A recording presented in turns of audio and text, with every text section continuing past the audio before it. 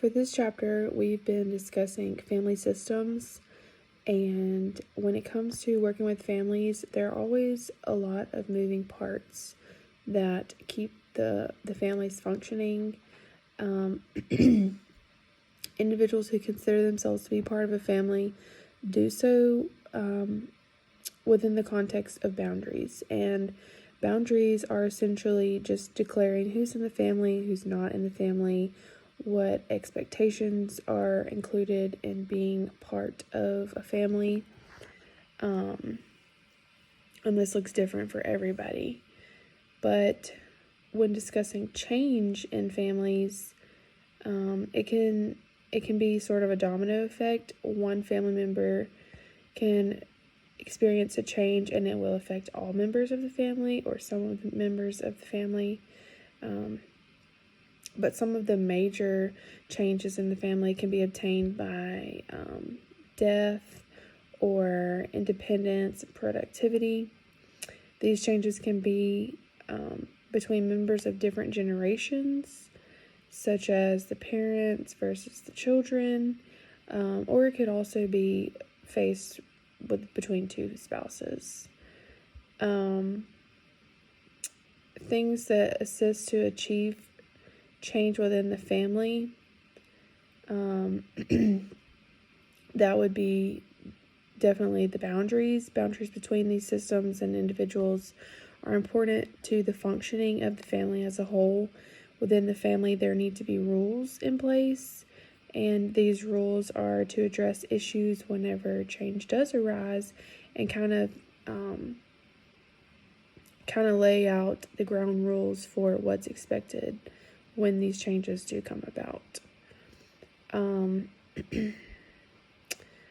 A family that I have worked with personally, it's a group of 3 children and a mother, and this family experienced abrupt change when the father and the husband in the picture passed away. The mother pretty much lost sight of her role as the mother and the parent to the children, and the children no longer had established boundaries with their mother. Their mother was sort of dealing with her grief in her own way, and she kind of lost sight of the fact that she had children that she had to support, as well as like emotionally and financially and things like that.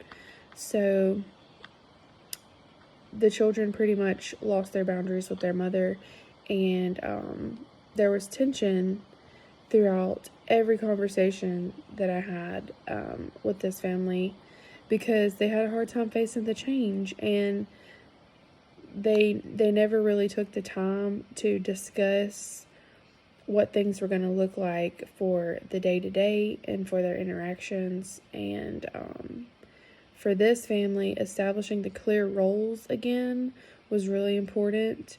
They needed to be reevaluated. The children needed to remember that they still were children, that just because they were teenagers and their mother was preoccupied with other things following the death of a parent and spouse, they still had to respect and know their place within the household, sort of.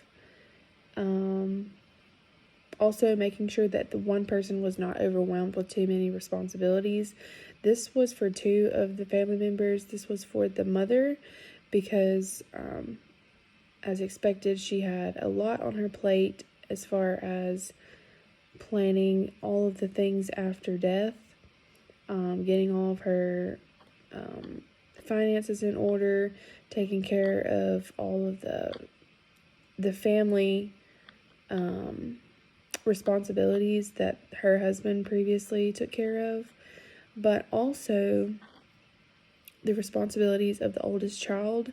She was significantly older than the other 2 children, and the parenting role fell on her shoulders while the mother was preoccupied. And so just making sure that child was not too overwhelmed, and she also knew what her responsibilities were, but also that she had support during this time. The Chinese proverb, crisis is opportunity on the tail of a dragon. I think that means when a crisis arises, this is an opportunity for the family to work together to overcome it. The family preservation practice is a service given to families to assist in crisis by improving parenting and family functioning while keeping the children safe.